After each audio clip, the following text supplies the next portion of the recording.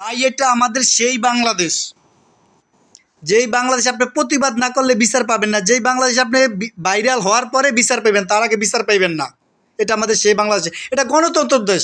আপনার সাথে যে কোনো কেউ প্রতিযোগিতা করতে পারে, প্রতিযোগিতা হারিয়ে যাওয়ার পরে তার যে অত্যাচার করতে হবে সেটা না ভাই।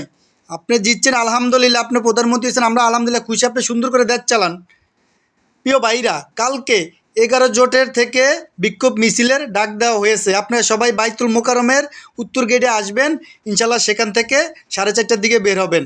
এই বাকি কথা ওনার থেকে শুনেন। 16ই ফেব্রুয়ারি ঢাকার রাজপথে বাইতুল মোকাররম উত্তর গেট থেকেই আমরা প্রতিবাদ সভা এবং বিক্ষোভ মিছিলের ঘোষণা দিয়েছি। কারণ হচ্ছে এই সহিংসতা বন্ধ করতে হবে।